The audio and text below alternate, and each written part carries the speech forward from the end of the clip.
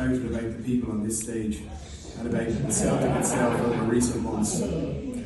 Times of challenge call for unity and understanding, as well as honest responses to reasonable questions. Yet there are those out there who seem to lie in wait for any opportunity and any small opening to stir up toxicity around the club. Let me start by dispensing with the absurd caricature some people spread about my father and state some of his Celtic credentials. He's a passionate and lifelong Celtic supporter.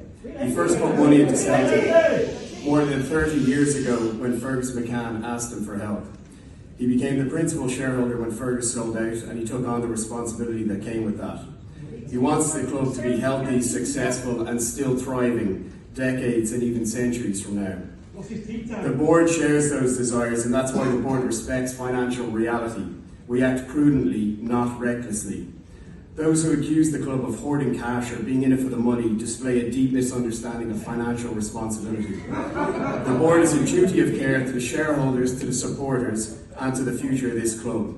We don't declare dividends to distribute surplus cash to ordinary shareholders, as many other businesses do. Cash is retained and used to sustain and develop our club.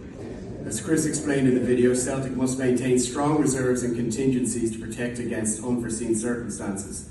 That financial strength is what gives us independence, stability and the ability to make our own decisions and not to be beholden to anyone else.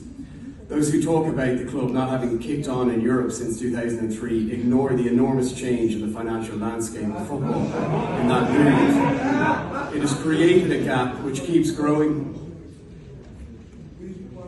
Show a bit of respect. Not just respect us. Listen, you don't want the meeting to close. I take it. We'll behave.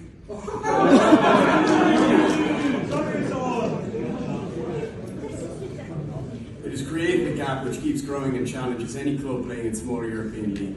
Most supporters understand that. Of course, clubs can still punch above their financial weight, and we should aspire to that. But if you swing and miss, you risk the very stability of the club, and that would be profoundly irresponsible. The financial independence of this club was jeopardised in the mid-1990s, and we must never allow ourselves to fall into that position again. We constantly strive to improve, to become more competitive and to go deeper into Europe, and there's no doubt we get things wrong and we make mistakes, and we try to learn from them. Our model is far from perfect, but for the most part it has served this club well over the past 20 years.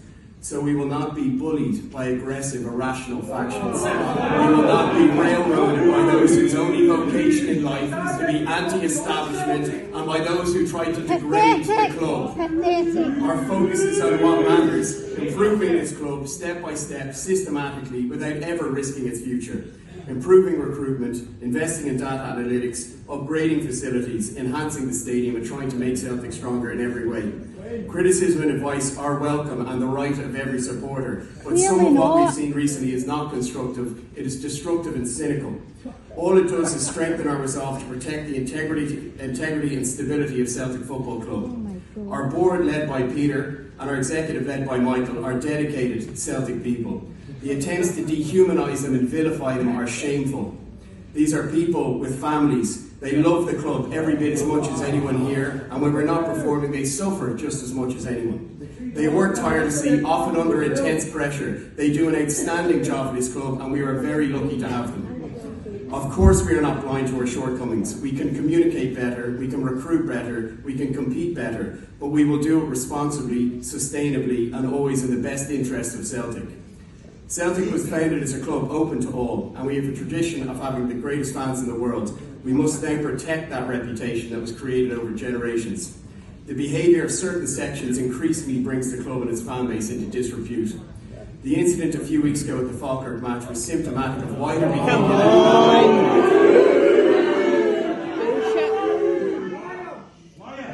These people are bullies, and they try to hijack the good name of Celtic supporters. We cannot allow them to define who we are. I'm well aware of the target. I put my back by saying this. I'm going to have to apologise to those shareholders that are here today who have the best interests of the club at heart, particularly those that have a question they would want to ask it later on. but because of the disruption, we're going to draw the meeting to a close.